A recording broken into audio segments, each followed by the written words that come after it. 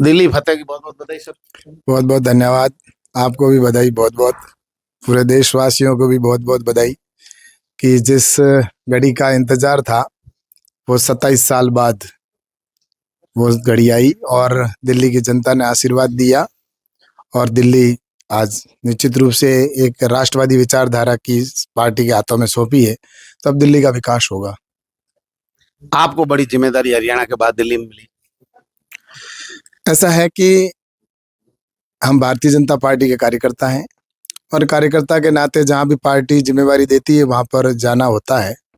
और मुझे बहुत प्यार मिला दिल्ली के अंदर और हरियाणा के अंदर और राजस्थान के बाई इलेक्शन में जनता का।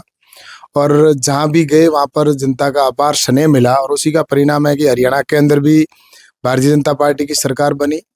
बाई इलेक्शन हुए राजस्थान में तो उनमें भी विजयश्री हासिल हुई।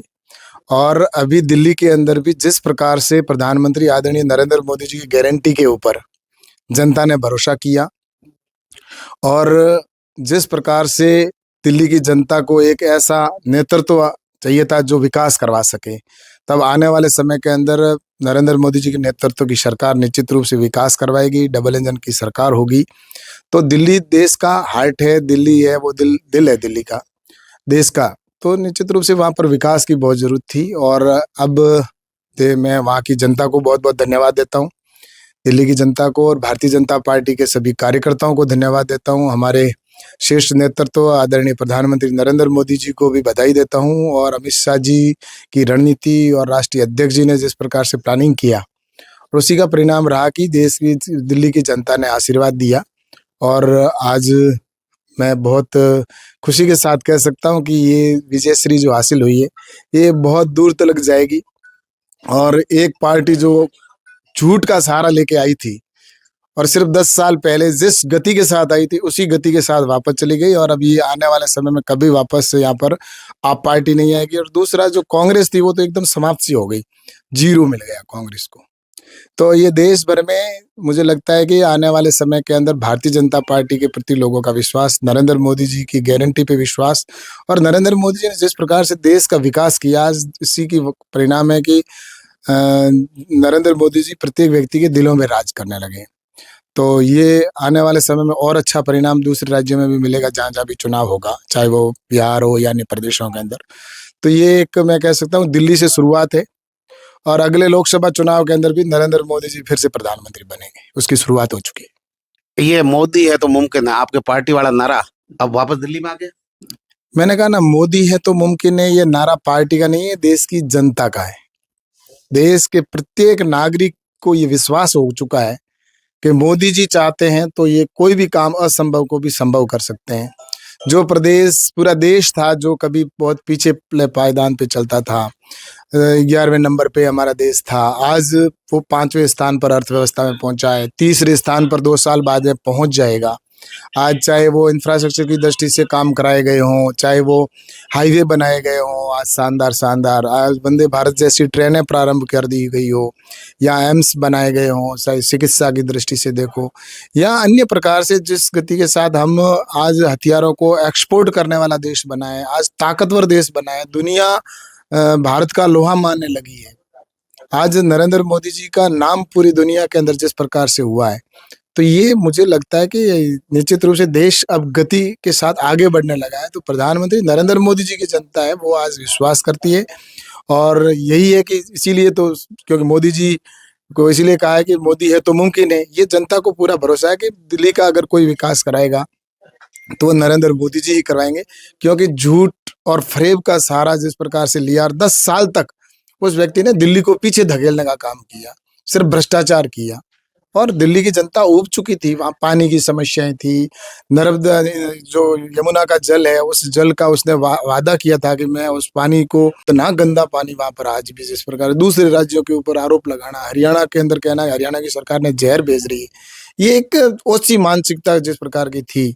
और इसी प्रकार से कांग्रेस का भी वही रहा जिसकी परिणाम है कि दिल्ली, पूरे देश से कांग्रेस समाप्त हो गई, दिल्ली तो क्या, आपने देखा होगा दिल्ली कांग्रेस आज लगभग 1-2 राज्यों के अंदर लेकिन वो खुश है इस पर भी।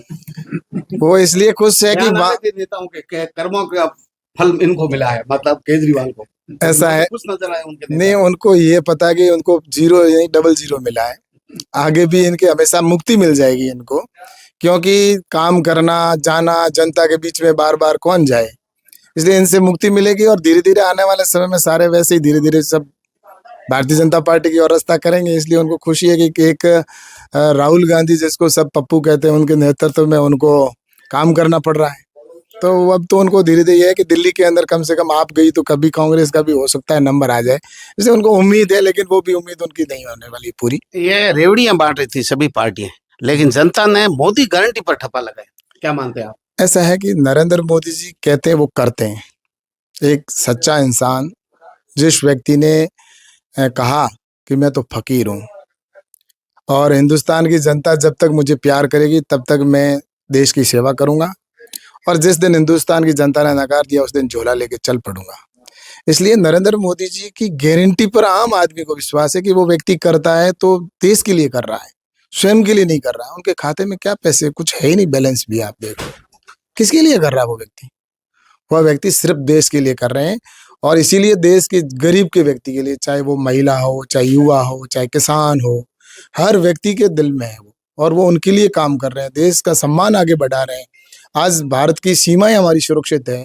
आज दूसरे पड़ोसी देशों को जिस प्रकार से पाकिस्तान भीख मांगने के लिए मजबूर हो चुका है, जो कभी हमारे सामने घुराता था, ये सारी चीजें हुई है, ये इन 10 सालों के अंदर हुई है, जब से हमारे प्रधानमंत्री आदरणीय नरेंद्र मोदी जी बने। तो इसलिए गरीब को भी आज एक विश्वास है कि हमारे को अगर कोई हमारी समस्याओं का समाधान कर सकेगा तो वो नरेंद्र मोदी जी है। और इसीलिए दिल्ली की जनता ने ठप्पा भारतीय जनता पार्टी के कमल के फूल पे लगाया, और आज पूर्ण बहुमत की और सरकार बनी। और मैं दिल्ली की जनता को बहुत बहुत धन्यवाद देता हूँ, बधाई देता हूँ और बहुत बहुत शुभकामना देता हूँ।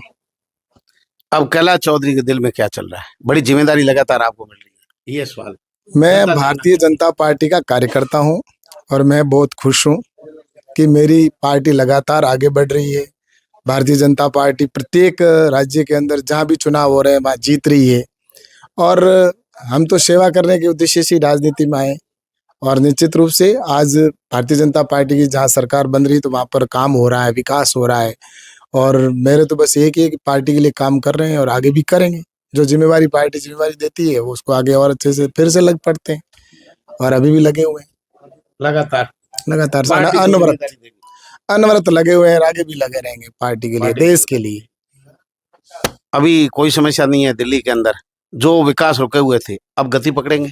सबसे पहला काम क्या करने वाली है आपकी सरकार?